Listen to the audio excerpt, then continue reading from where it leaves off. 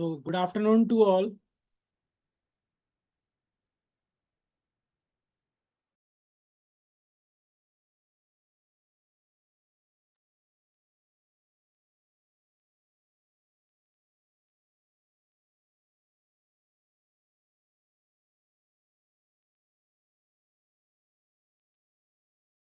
So, good afternoon to all.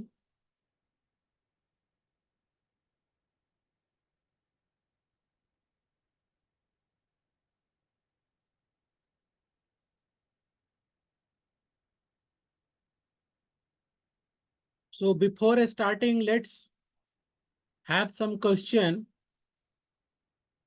We are going through chapter number 1 in political science.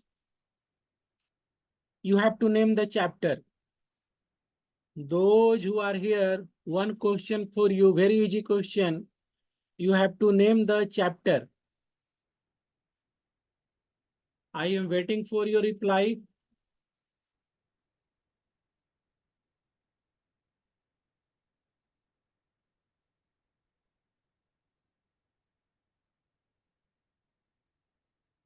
So, answer from Gargi Singh, Akanksha Kumari, Payal Kumari.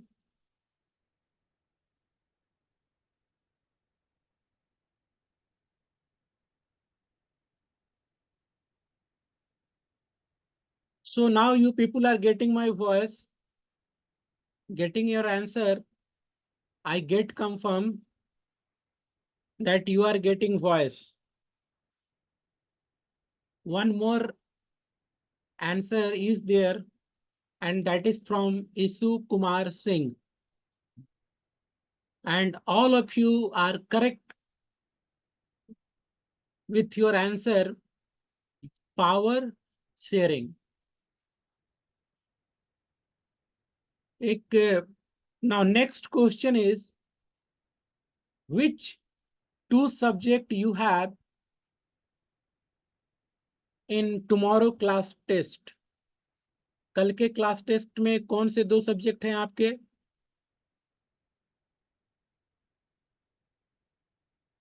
Okay, science, English.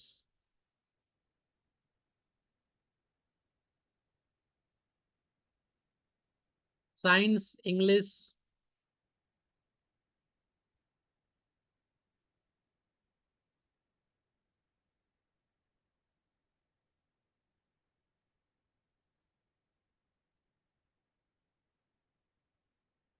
English, science, science, English. Okay, एक थोड़ा answer incorrect हो गया था.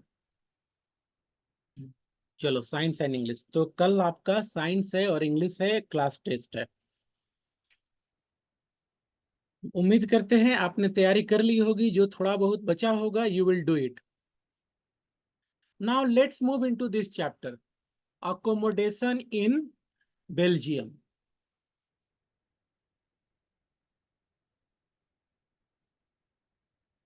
अब तक इस chapter में कोई क्वेश्चन होगा, तुम लोग चैट बॉक्स के जरिए पूछ सकते हो.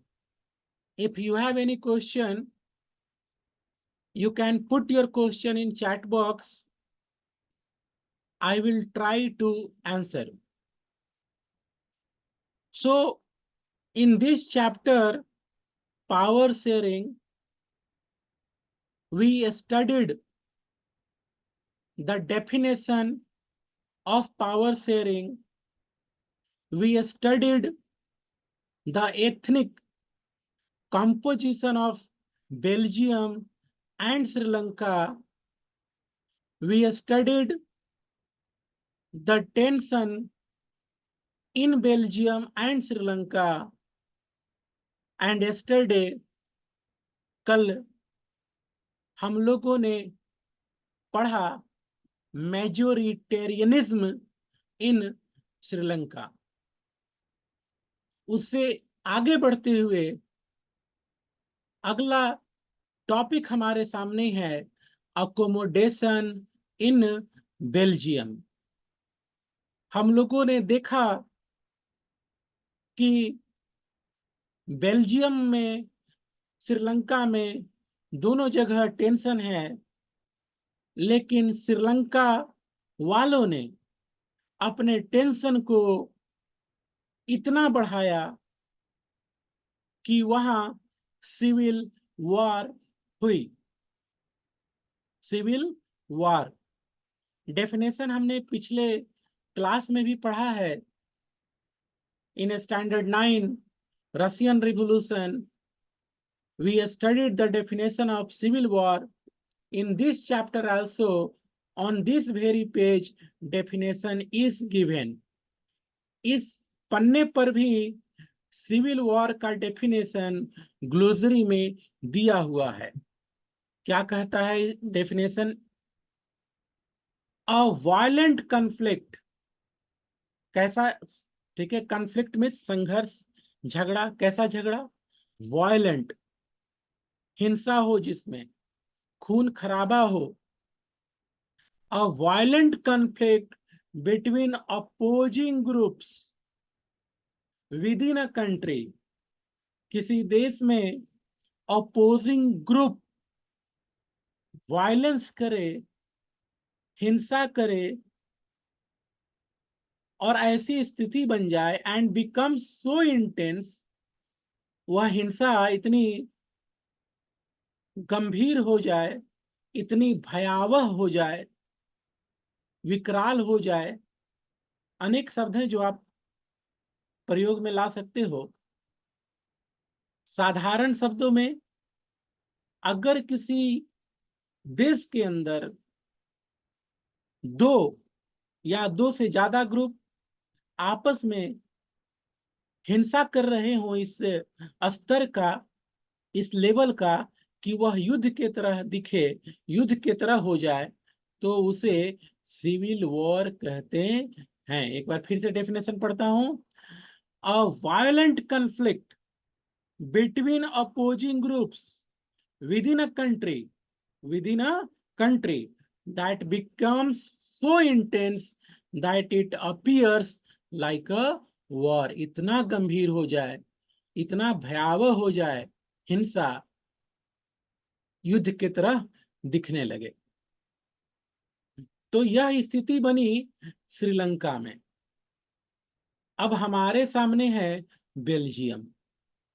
बेल्जियम में भी टेंशन था। There was tension between French speaking people and Dutch speaking people. लेकिन बेल्जियम कैसे निपटता है? How Belgium manage deal that tense situation, let's see. The Belgium leaders took a different path. Belgium के leaders different path अपनाते हैं। श्रीलंका के leaders ने क्या किया?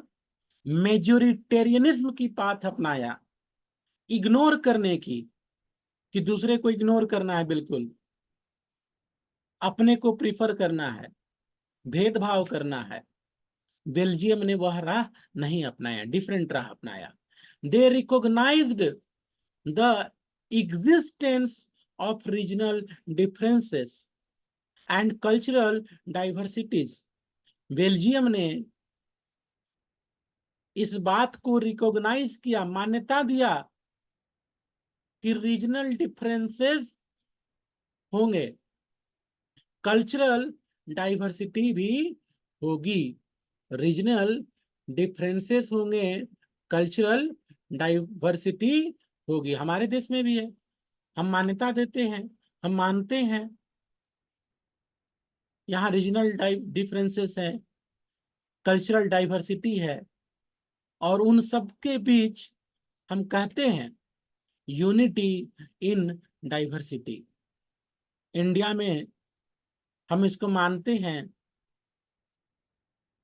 कोर्सेस के जरिए बच्चों को यह मैसेज समझाने के लिए हम पढ़ाते भी हैं। तो बेल्जियम ने वह राह अपनाई, रीजनल डिफरेंसेस, कल्चरल डाइवर्सिटी को रिकॉग्नाइज करने का, मान्यता देने का। बिटवीन 1970 1993, 23 सालों में, 1970 से 1993, 1970 to 1993, they amended their constitution 4 times। 4 बार उन्होंने अपने संविधान को एमेंड किया, उसमें सुधार लाया, बदलाव लाया उन्होंने। और क्या किया बदलाव लाके? So as to work out an arrangement that would enable everyone to live together. यह अमेंडमेंट क्यों, यह बदलाव क्यों संविधान में? बदलाव इसलिए कि बेल्जियम के हरेक कोई साथ रह सके, everyone to live together within same country. The arrangement they worked out is different from any other country and is very innovative। Belgium वालों ने जो सुधार किया अपने संविधान में, जो उन्होंने अरेंजमेंट्स बनाई देश के अंदर, वह दूसरे देश में देखने को नहीं मिलता।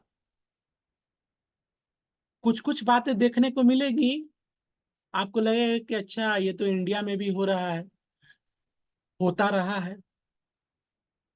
तो कुछ बातें आपको मिलेंगी, पर अगर टोटलिटी में बात की जाए तो बेल्जियम ने ऐसा अरेंजमेंट अपनाया जो दुनिया के किसी दूसरे देश में देखने को नहीं मिलता। एकोमोडेशन इन बेल्जियम, कई बार यह 5 नंबर का क्वेश्चन यहां से आता है, 5 marks question. Accommodation in Belgium को एक्सप्लेन कीजिए, समझाइए। कई बार ऑब्जेक्टिव क्वेश्चन भी बनते हैं। आप लोगों ने स्टैंडर्ड 9 में भी देखा होगा, कोई सेंटेंस दे दिया, 4 सेंटेंस ऑप्शन में है, कौन सा मैच नहीं कर रहा है, कौन सा कर रहा है। तो वैसे प्रश्नों के उत्तर वैसे बच्चे आसानी से दे पाएंगे जो हर एक लाइन को समझते हुए आगे बढ़ेंगे। तो बेल्जियम वालों ने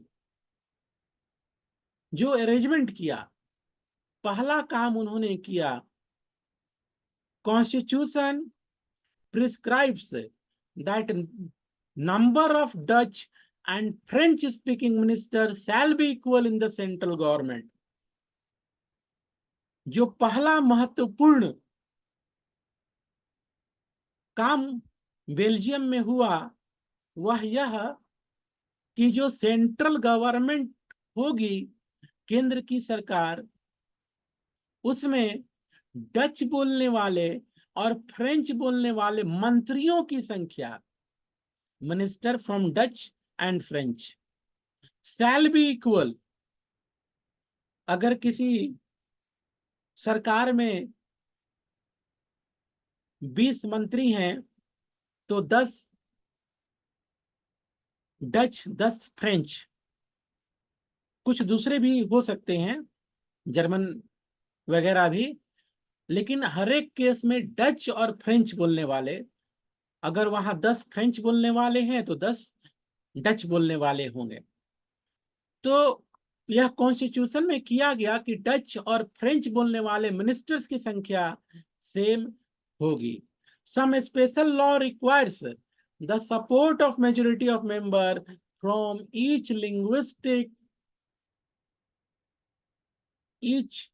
linguistic group, thus no single community can make decision unilaterally।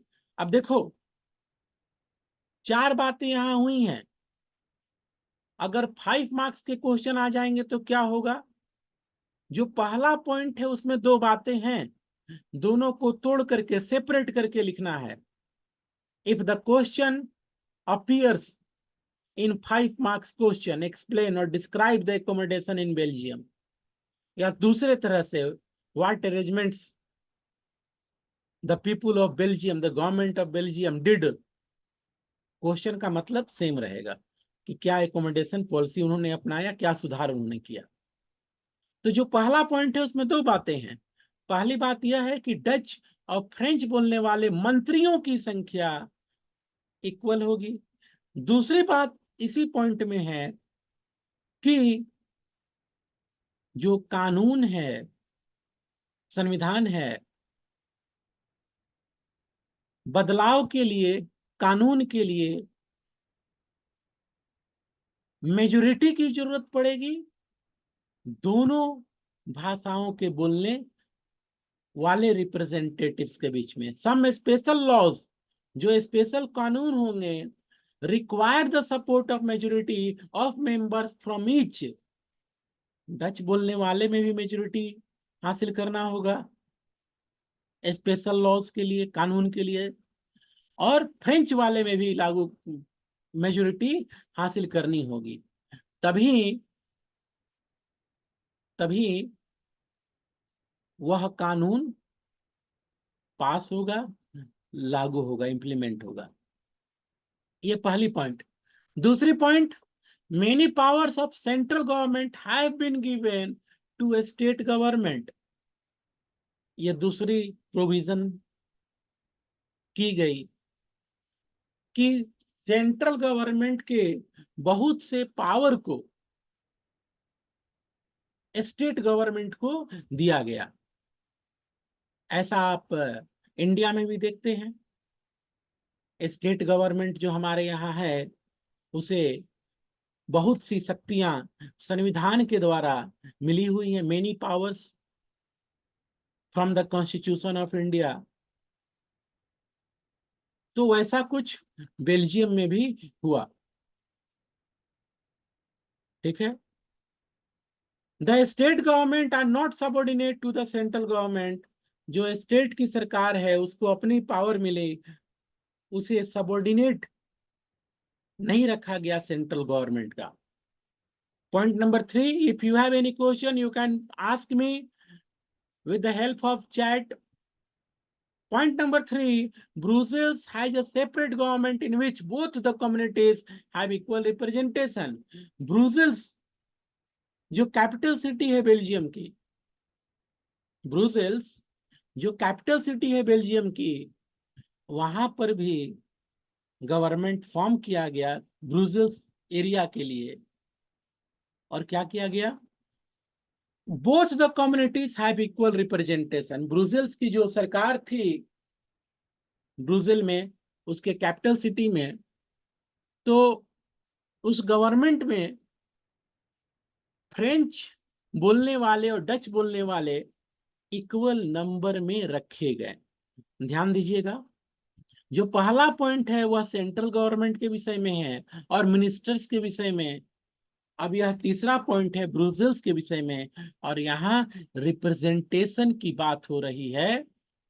Brussels की जो सरकार थी उसमें दोनों लैंग्वेज ग्रुप्स के रिप्रेजेंटेटिव्स इक्वल नंबर में रखे गए। The French people accepted equal representation in Brussels. अब थोड़ा एथनिक कंपोजिशन याद करो ब्रुसेल का। ब्रुसेल में 80% लोग फ्रेंच स्पीकिंग है, जबकि केवल 20% डच स्पीकिंग है।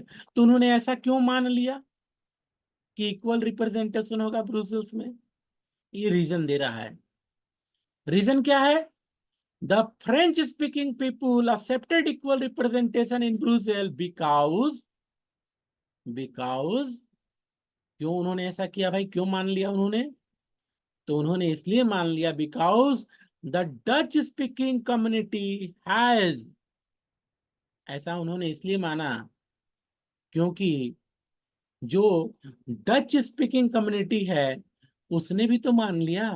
कहाँ माना उसने? उसने माना सेंट्रल गवर्नमेंट के लेवल पर।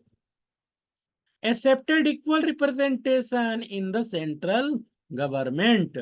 ब्रुसेल्स में फ्रेंच स्पीकिंग पीपुल 80% है, लेकिन फिर भी वे इक्वल रिप्रेजेंटेशन देने के लिए डच वालों के लिए वे तैयार हैं। ऐसा इसलिए हुआ क्योंकि नेशनल लेवल की गवर्नमेंट में डच ने एक्सेप्ट किया कि हमारे जितने मेंबर्स होंगे फ्रेंच के भी उतने होंगे।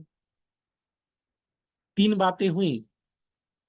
नाउ द फोर्थ वन, और ये जो फोर्थ वन है यह एक्सेप्शन है, यह स्पेशल है in case of Belgium, in case of Belgium.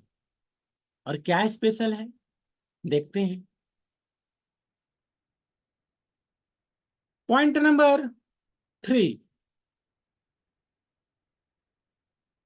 apart from central and state government there is a third kind of government। अब यह समझने का जरूरत है, यह कभी कभी 1 मार्क्स में भी पूछा जाता है। What do you mean by community government. कभी कभी 3 मार्क्स में भी हो क्वेश्चन आ सकता है। Explain the special feature of accommodation of Belgium, या फिर डायरेक्टली एक्सप्लेन कम्युनिटी गवर्नमेंट। ध्यान देना है।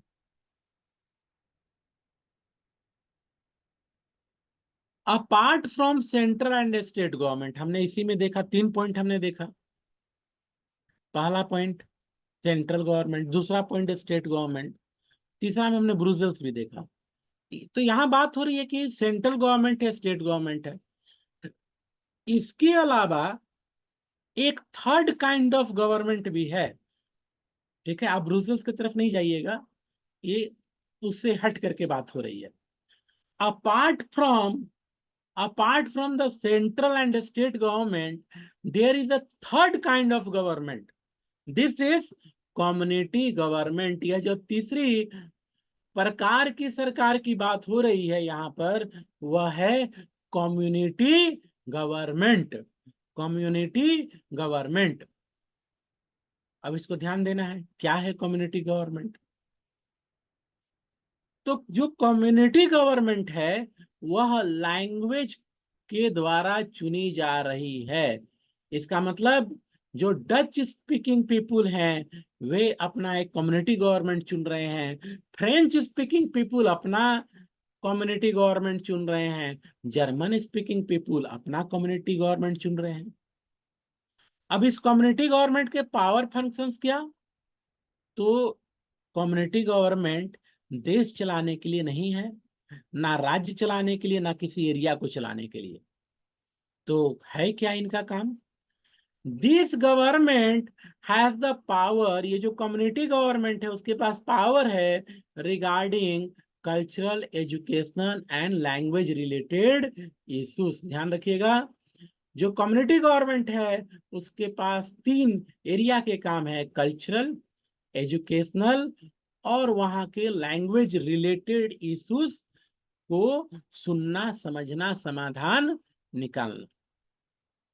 तो ध्यान रखिएगा, for accommodation in Belgium is talked here. पहला, सेंट्रल गवर्नमेंट में दोनों भाषा बोलने वाले मंत्रियों की संख्या इक्वल होगी। ठीक है। दूसरी बात, बहुत से ऐसे कानून के प्रोविजंस किए गए जिसमें अमेंडमेंट के लिए दोनों बड़े मींस डच और फ्रेंच मेंबर्स की मेजोरिटी चाहिए थी। अगला पॉइंट कि जो स्टेट गवर्नमेंट रही, स्टेट गवर्नमेंट उसको पावर दिए गए, और यही डिमांड तो था। जो 3 डिमांड हमने पढ़ा उसमें यह डिमांड भी था श्रीलंका में, लेकिन श्रीलंकन सिन्हा उस समय माने नहीं। उसके बाद हमने ब्रुसेल्स देखा। अब यह चौथा पॉइंट हम देख रहे हैं कि बेल्जियम में एक विशेष प्रकार की सरकार हुई and that is community government. और कम्युनिटी गवर्नमेंट का यह फंक्शन रहा वहां कि अपने कम्युनिटी के, और यहाँ कम्युनिटी की बात हो रही है on the basis of language, on the basis of language. तो जो कम्युनिटी गवर्नमेंट है उसका मुख्य पावर फंक्शन था अपने कम्युनिटी के कल्चरल, एजुकेशनल और लैंग्वेज रिलेटेड इश्यूज को देखना। ठीक है, इस चीज को देखना कि उनके अपने भाषा के कम्युनिटी कल्चरल प्रोग्रेस करे, एजुकेशन अच्छे से हासिल करे, कोई बाधा नहीं आए, और अगर कोई लैंग्वेज रिलेटेड इशू आ रहा है तो उसके समाधान के लिए प्रयास करें। आगे बढ़ते हैं, next paragraph. You might find the Belgium model very complicated. ये जो किताब लिख रहे हैं, जो चैप्टर लिख रहे हैं, वो बोल रहे हैं कि आपने 4 पॉइंट एकोमोडेशन पढ़ा तो आपको कॉम्प्लिकेटेड लगा होगा, और विशेष करके कम्युनिटी गवर्नमेंट, क्योंकि यह स्पेशल फीचर है। आप कम्युनिटी गवर्नमेंट के क्वेश्चन को ऑफलाइन रेस करना, विशेष करके इसे, मुझे तो ध्यान रहना चाहिए, लेकिन अगर मेरे ध्यान से निकल गया तो आफ्टर एग्जामिनेशन आप पूछना, कम्युनिटी गवर्नमेंट वहां एक्सप्लेन करेंगे। तो ध्यान दीजिएगा, जो बेल्जियम का यह मॉडल है कॉम्प्लिकेटेड है, इसमें कोई दो राय नहीं है। It Indeed is very complicated, ये सच में कॉम्प्लिकेटेड है, even for people living in Belgium. हम तो भारतीय हैं, बेल्जियम वालों के लिए भी कॉम्प्लिकेटेड है। But these arrangements have worked well so far. लेकिन अब तक यह अरेंजमेंट बेल्जियम में अच्छा काम की है, अच्छा काम किया है, टेंशन को रोका है। जो टेंशन था फ्रेंच और डच के बीच में, उसको इसने रोकने का काम किया, इसने देश को तरक्की के राह पर ले जाने का काम किया। तो बता रहा है कॉम्प्लिकेटेड तो है। नाउ ध्यान दीजिएगा, but these arrangements have worked well so far. पर यह अरेंजमेंट अब तक बहुत अच्छे से काम किया है। They helped to avoid civic strife. अब यहाँ देखो स्ट्राइक शब्द यूज किया है, ठीक है। श्रीलंका में क्या हो गया था, सिविक स्ट्राइफ हो गया था, ठीक है, सिविक स्ट्राइफ। और सिविक स्ट्राइफ श्रीलंका का कहां चला गया, सिविल वॉर में। श्रीलंका में सिविक समाज में वहां विद्रोह हुआ, मनमुटाव हुआ, and that converted into civil war. लेकिन बेल्जियम का यह अरेंजमेंट, बेल्जियम के अंदर जो टेंशन था, सिविक टेंशन, उसको उसने दूर किया, अवॉइड किया, बचाया उसने उस टेंशन को। Between the two major communities and a possible division of country और लिंग्विस्टिक लाइन। बेल्जियम के इस अरेंजमेंट ने, जिसको आज हमने देखा 4 पॉइंट्स अरेंजमेंट, बेल्जियम के इस 4 पॉइंट्स अरेंजमेंट ने बेल्जियम में सिविक स्ट्राइफ को अवॉइड किया। अदरवाइज बेल्जियम में भी हम श्रीलंका की तरह देखते हैं, लोगों का डिवीजन, देश का division, civil war on the basis of linguistic approach, linguistic identity. आगे देखो, when many countries of Europe came together to form European Union.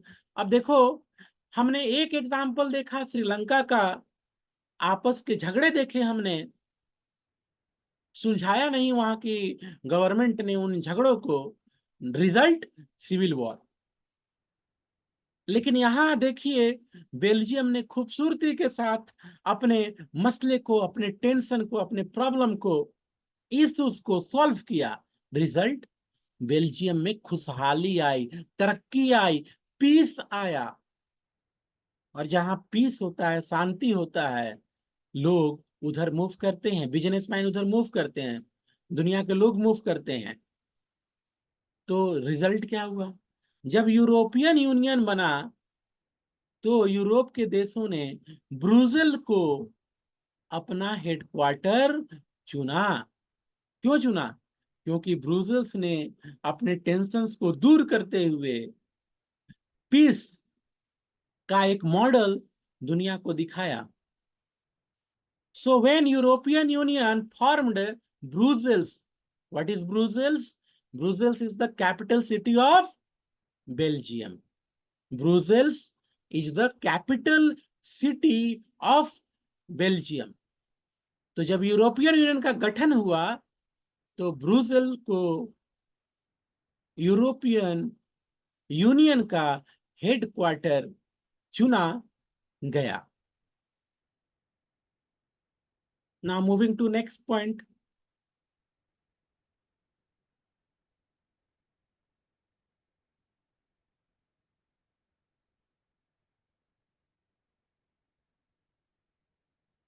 अब देखो, चैप्टर के बीच बीच में आप स्टूडेंट्स के लिए कुछ असाइनमेंट डिजाइन किया गया है, कुछ एक्स्ट्रा नॉलेज के लिए कुछ बातें डिजाइन की गई हैं। पहला यहाँ पर क्या आ रहा है, read any newspaper for 1 week. क्या कह रहा है कि कोई एक न्यूज़पेपर को, कोई भी न्यूज़पेपर हो, ठीक है। अब ये नहीं कि आज पढ़ रहे हैं हिंदुस्तान टाइम्स, कल पढ़े दैनिक जागरण, परसों पढ़े, ठीक है, दैनिक भास्कर, नहीं, एक न्यूज़पेपर ही हो, ठीक है, और उस एक सप्ताह तक पढ़िए न्यूज लेकर, हर दिन का लीजिए, एक सप्ताह तक पढ़िए। Read any newspaper for 1 week, ठीक है।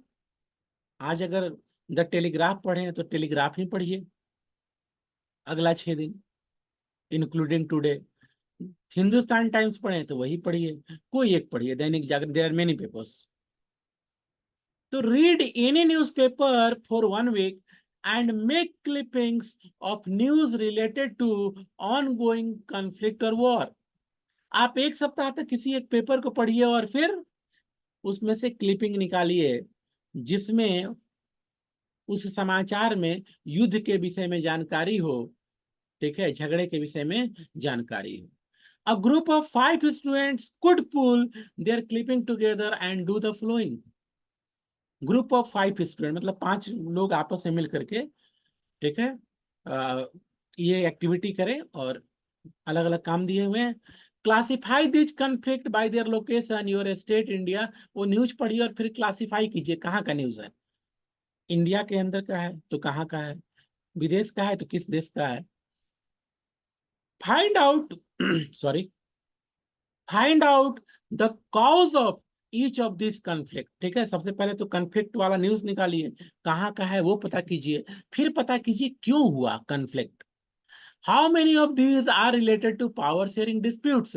और अगर झगड़ा संघर्ष का हम न्यूज निकाल रहे हैं तो हमें यह भी देखना होगा कि वे झगड़े पावर शेयरिंग के लिए कितने हुए, ठीक है, वाई दे आर फाइटिंग। क्या वो पानी के लिए झगड़ा कर रहे हैं, ठीक है, रेलवे में सीट के लिए झगड़ा कर रहे हैं, या फिर पावर शेयरिंग, सत्ता की साझेदारी के लिए वे संघर्ष है।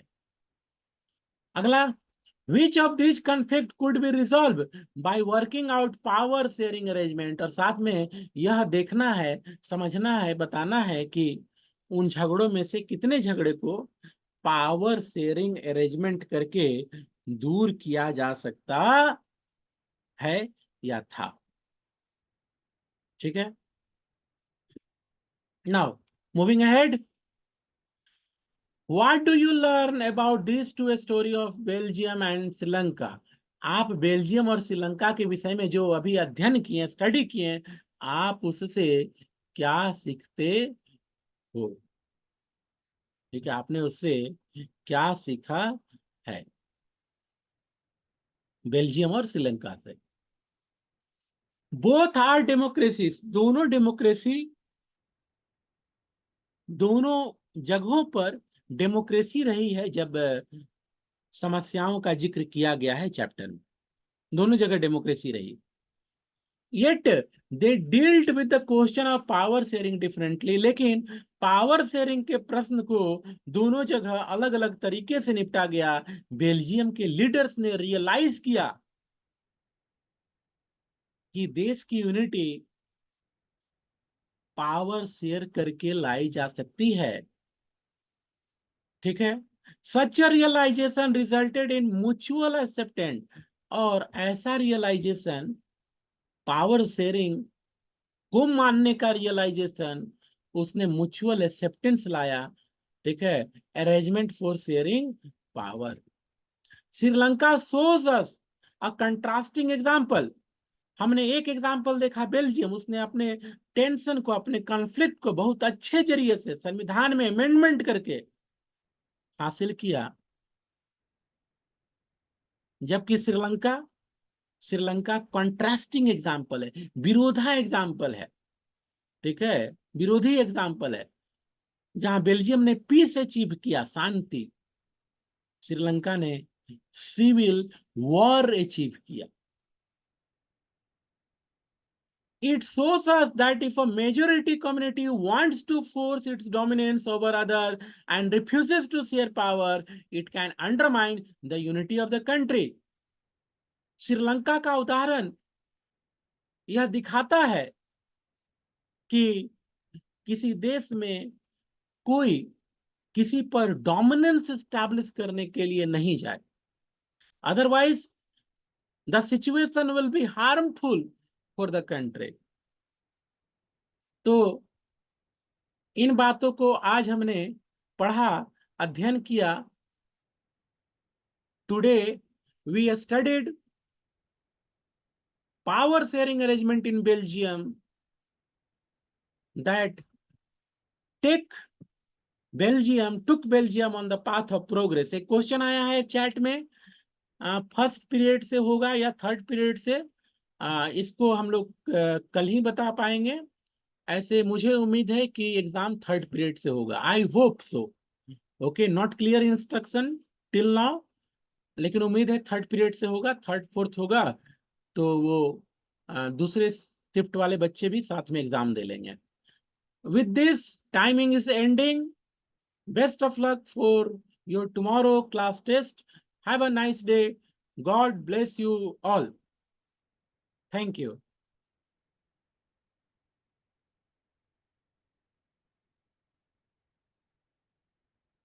कल का जो टेस्ट से रिलेटेड क्वेश्चन है कल ही आंसर होगा बच्चों। कब होगा, ठीक है, कौन गार्डिंग में रहेंगे, सब कुछ कल, इंस्ट्रक्शन कल आएगा।